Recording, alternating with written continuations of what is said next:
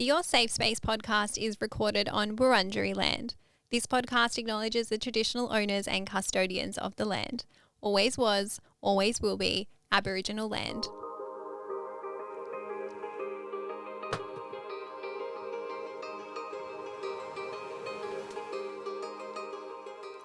Welcome to Your Safe Space, the podcast. I'm your host, Adele Marie, and this podcast is here for you. It is a safe space for us to catch up each week to discuss anything and everything. And on today's show, we are doing another AMA on air. Welcome back, guys.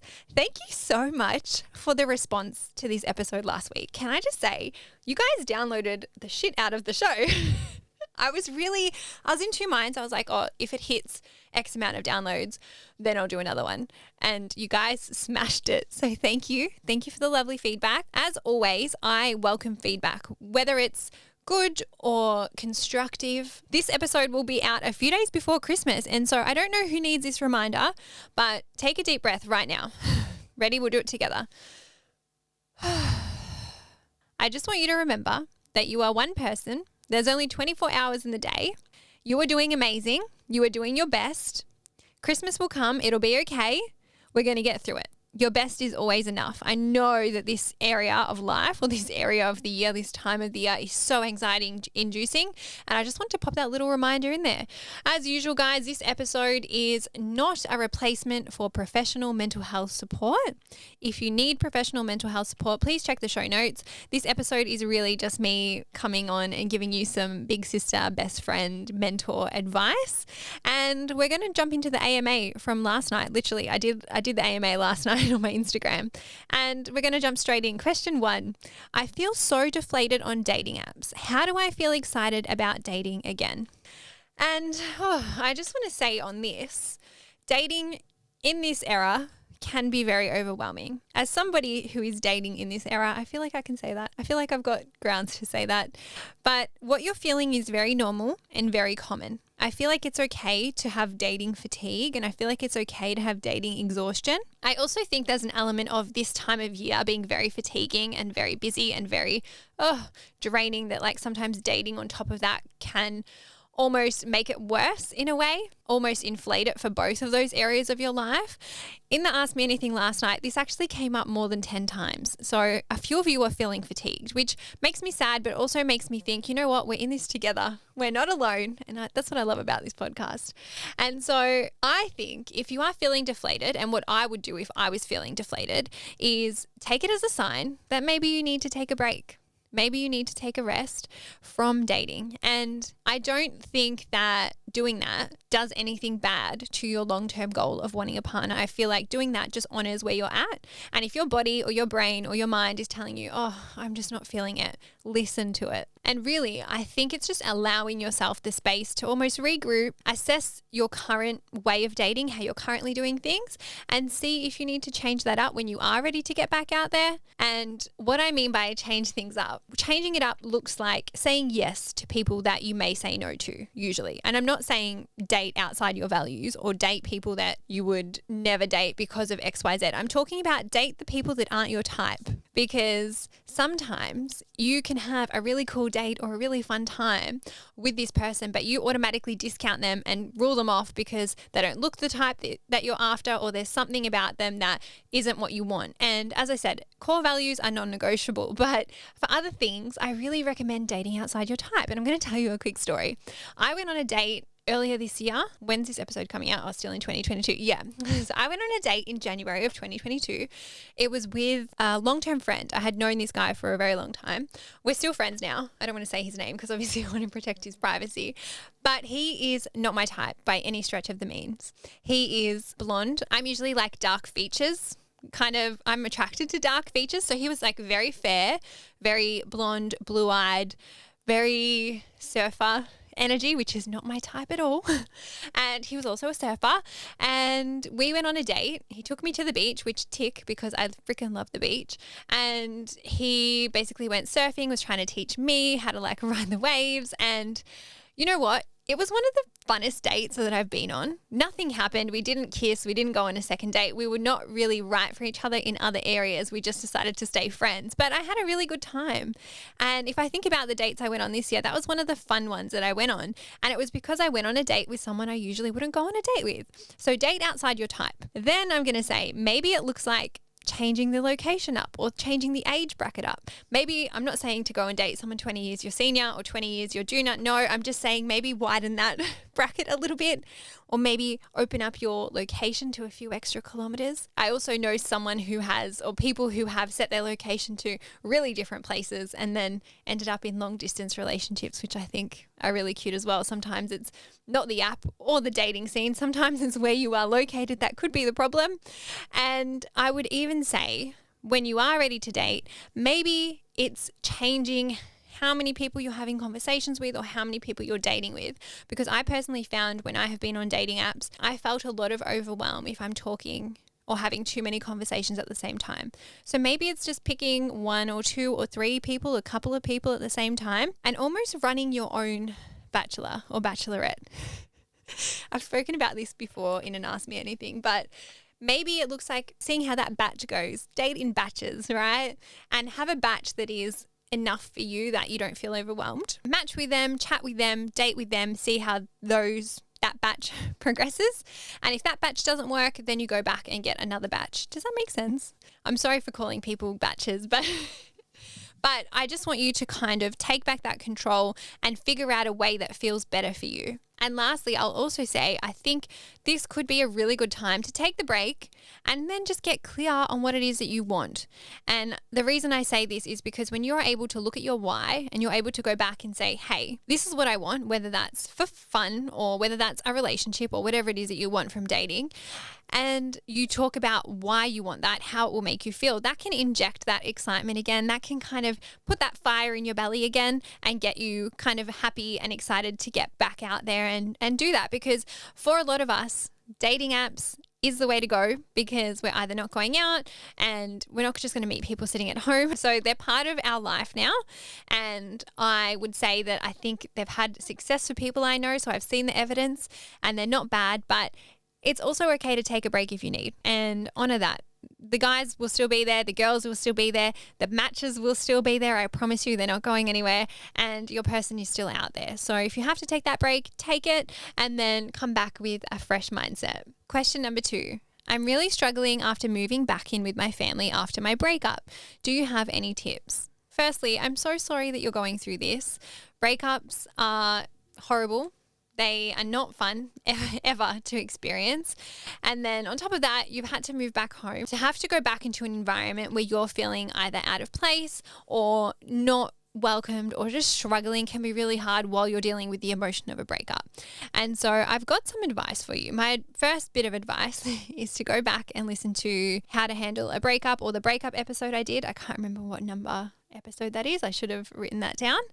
But there's 3 tips that I think will help you. And I moved back home, not because of my breakup. I moved back home at the time because I was renting in Sydney and I was moving back to Melbourne, and then I was still paying rent in Sydney, and it just worked out better financially if I could live back home with mum and dad. And I'm still there now, but I've got some lived experience. And I love my family. I think they're cool. But hey, we're humans. We get on each other's nerves. That's normal. I'm not going to sit here and say we're a happy family 99.9% of the time, because that's bullshit.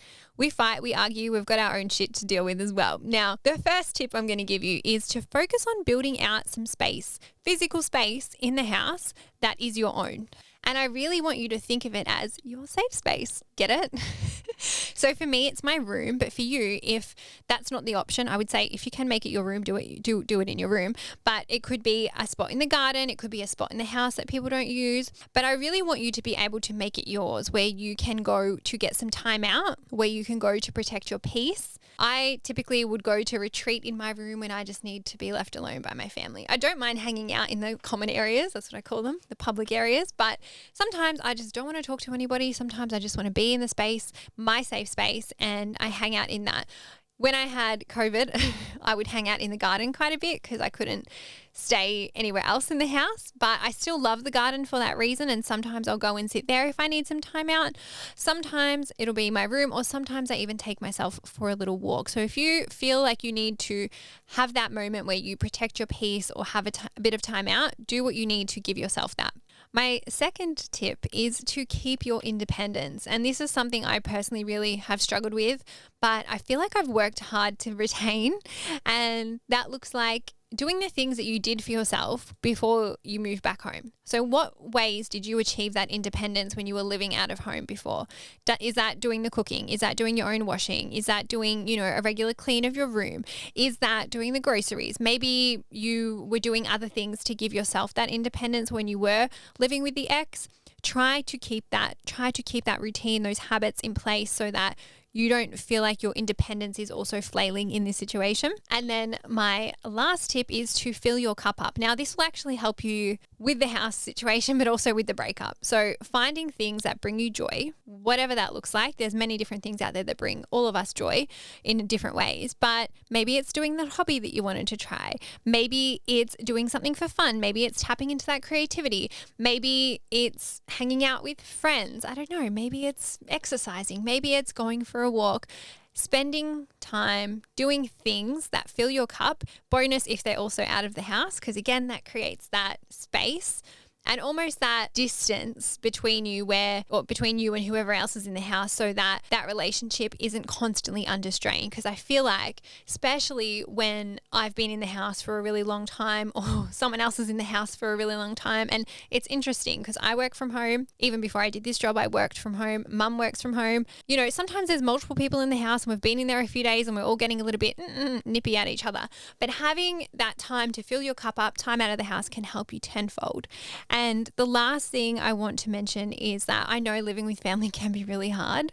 As I said, I still have my own moments, but what I really try to do is just remember that we are humans having a human experience, and especially if you move back home for the first time in a long time, it can take time to get used to living together again. It can take time to adjust. I moved back in after not living at home for 3 or 4 years. I had changed a lot in 3 or 4 years. So had the other family members, and so had the dynamic of the house.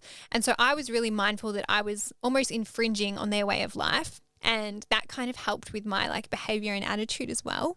And just knowing that we're all trying our best, we're all doing our best. And I'm responsible for obviously my behavior and my actions and doing what I could to show up as a good, I'm going to say housemate, because that's what it is. It's like your housemates, but you're living with your family. And I just want you to keep that in mind. The other thing I'll say, and sorry, I said that was last, but the other thing I'll say is sometimes we have to pour love in or pour extra good energy in to have that common ground, or to, I guess, make the people in the house feel better. And so I don't know what that looks like in your living arrangement, but maybe it is looking after things for your mum, or things for your dad, or things for your siblings, or helping them out in a way that makes them feel good about you being there. Because there could be many different things that are making the relationship feel strained, or making the living situation feel strained. And sometimes you may even just need to have a conversation about it. Communication goes a long way in these areas as well. And I hope I got to the point there. I feel like I did. I went a bit around in circles towards the end, but good luck. Good luck on your healing. I would also recommend going and watching my healing series on TikTok, because there's some gems in there that might help you as well. And then question number 3, I get really nervous talking to new people, and I was wondering if you had any tips. I really liked this question. I've not been asked this in an Ask Me Anything ever before, but I think it's important, and I think it's very common because there's a few things that have happened over the last few years, one being a freaking pandemic, which told us to stay away from people and to stay in our homes, which has probably played a part in how we interact with people now, how we are in big crowds, how we are meeting new people. I'm also going to say it's very common when you're meeting new work colleagues for the first time. Maybe you're meeting someone in a job interview for the first time. Maybe you're even meeting your partner's parents for the first time. I can think about many moments in my life where I've met people for the first time and been really scared and really nervous. Hell, even recently I went to the For You Fest in Sydney with TikTok Australia, and I met so many creators that I've followed for a really long time, people that I admire and look up to, and I was so nervous, guys, so nervous. And I think it's part of being human, part of the human experience. It's okay to be nervous. And I think with practice and sitting in that nervousness, you can get better at dealing with it. And you can also move to a place where it feels more comfortable if you want. And I would recommend that, because feeling that nervousness, you could say it's almost excitement as well. I sometimes like to shape nervousness or shift in my mind nervousness and replace it as excitement, because they do feel the same. But I feel like for most of us, that nervousness really comes from that fear of like being judged or not liked. And I think it's just part of human nature to want to be included, to want to be liked, for people to want to enjoy your company, and for people to want to accept us. And so I do have some tips. I'm going to go through them. My first one is to be okay with the judgment. And that just looks like letting go of that fear. Who cares if this person doesn't like you? I've said it many times on this podcast, but I'm not going to be for everybody. Some people are going to like me. Hang on, my camera's dying. All right, I've just plugged it in. What was I saying? Letting go. Letting go of the fear of being judged. Letting go of the fear of them not liking you. You don't need to be liked by everybody. I have to learn this lesson harshly every day when I get hate comments, but people aren't always going to like me. I'm not going to be for everybody, and that's okay. I don't want to be for everybody. Obviously, sure, I want to make a good impression, but I'm not going to let that keep me in that state of fear or keep me in that feeling of nervousness or anxiousness. And the way that you do this, how you let go, is by flipping the mindset. Instead of you meeting someone and thinking, I hope they like me, I hope that I'm coming across XYZ, I want you to think, I'm just getting to know this person. I'm just getting to know this human. And doing that flicks your mind into active listening. Because if your focus of the conversation is getting to know them instead of, oh, I hope that they like me, I hope that I'm okay, it shifts where your mind is sitting, and you're then able to really listen in the conversation. You can focus on what they're saying because you're trying to get to know them. That is your goal with the conversation. And by doing that, it actually helps the conversation flow better too, because what you're doing is actively listening, and then you're almost then able to ask questions or listen to what they just said to be able to keep that conversation going and add more input into the combo. My second tip is remembering that we are all humans. I do speak about humanity a lot on this podcast. We're all humans doing our best, trying to have a good time. And the person you are talking to may very much be nervous as well. And what I try to do is just accept this. They're having a human experience. I'm having a human experience. It's okay to feel nervous. It's okay to feel how I feel. And it's okay for them to feel how they feel. They might feel it too. And even just practicing saying to yourself, I feel nervous and that's okay. They might feel nervous too. That can be really powerful. And then lastly, my tip is to practice putting yourself in situations where you feel nerves talking to somebody. Almost like leaning in. Get out of your comfort zone, lean in, because by doing it, you'll be able to give yourself evidence that it's okay. Nothing bad happens when you talk to people for the first time. And maybe this looks like chatting to people when you're getting your coffee, chatting to people in the gym, or maybe you're chatting to people doing the groceries. Maybe it's the person that's serving you at the checkout. Practice to build up the skill. It is like a muscle, so it strengthens the more that you use it. And anyone can strengthen it if they want to. And I would say definitely the effects of a global pandemic are probably at play here. But if you feel this overwhelmingly, and I have to put this in here, if you are feeling anxious to an extreme level and not just nervousness, like really overwhelmed in conversations with people, chat to your GP, because it could be something that might be worked through with a professional and they might be able to help you some more. And then the last question is how to stop feeling guilty or nervous about taking a sick day from work. And oh, guys, I feel like this is something I struggled with a little bit when I worked full-time for somebody else. I was actually pretty good at taking my sick days, but now that I work for myself, I struggle so badly at this. I feel so guilty when I want to take a day off now. So guilty. I don't think I've taken a day off since I started working for myself full time. But I just want to remind you that sick days are there to be taken. Sick days are there. You have earned them. They are yours. You can take them when you feel sick. Whether you feel sick physically or mentally, it doesn't really matter. They're there to be taken. And I feel like there's so much stigma around taking like a mental health sick day or a sick day for your mental health because you're not feeling that great. But to that, I would say you would take a sick day if you had the flu. You would probably take a sick day if you broke your arm. You should be taking a sick day if you're not feeling mentally there or if you're feeling like you're having a bad mental health day. It's the same. There's no difference. And I would also say sick days are important. They keep us from being burnt out. They keep us from feeling worse. They keep us from potentially getting severely sick. We earn them, we deserve them, we should be able to take them. As long as you are following your work's protocols, and I don't know what each employer has, but as long as you're getting your doctor's certificate if you need, as long as you're giving them enough notice. Typically, whenever I was taking a sick day, I'd let my boss know the day before, that night, or maybe even the morning of. And I would just say, hey, I'm taking a sick day today. I'll get a certificate if I needed to get one, or sometimes I didn't need to get one. But as long as you're doing the right thing by your employer, they are there to be taken, they're yours. You should not feel guilty about it. You do need to try to let that go. And I know it can be hard, especially if we've been raised by, again, our parents, generational or caregivers who worked really hard and who still went to work when they were feeling unwell, or who still went to work when they weren't feeling good. That can maybe have left some subconscious stuff there for us, but those sick days are important. They're there for you. Take them. Don't feel guilty. And heading into the new year, I would also say a lot of us might be feeling burnt out, and it's probably because we haven't taken our sick days when we've needed to. And I'm one of those. So don't make that mistake going into 2023. All right, guys, I think we can wrap the show there. Merry Christmas. I will be dropping an episode on Christmas Day, so make sure you listen out for that. It's not about Christmas, it's about core values. And I hope that you like this second installation of Ask Me Anything. There will be a few of them dropping throughout the holidays as well. All right, as usual, come join us in the Facebook group. Come join us on our Instagram. There's all these links in the show notes. Leave us a review on Spotify. Leave us a review or a rating on Apple, or a rating on Spotify. I don't know. I've just messed that up. Sorry, guys. You know the drill. But love you guys. Have a good week. Stay calm heading into Christmas. You've got this. We're going to be all right. I'll see you next time. Bye.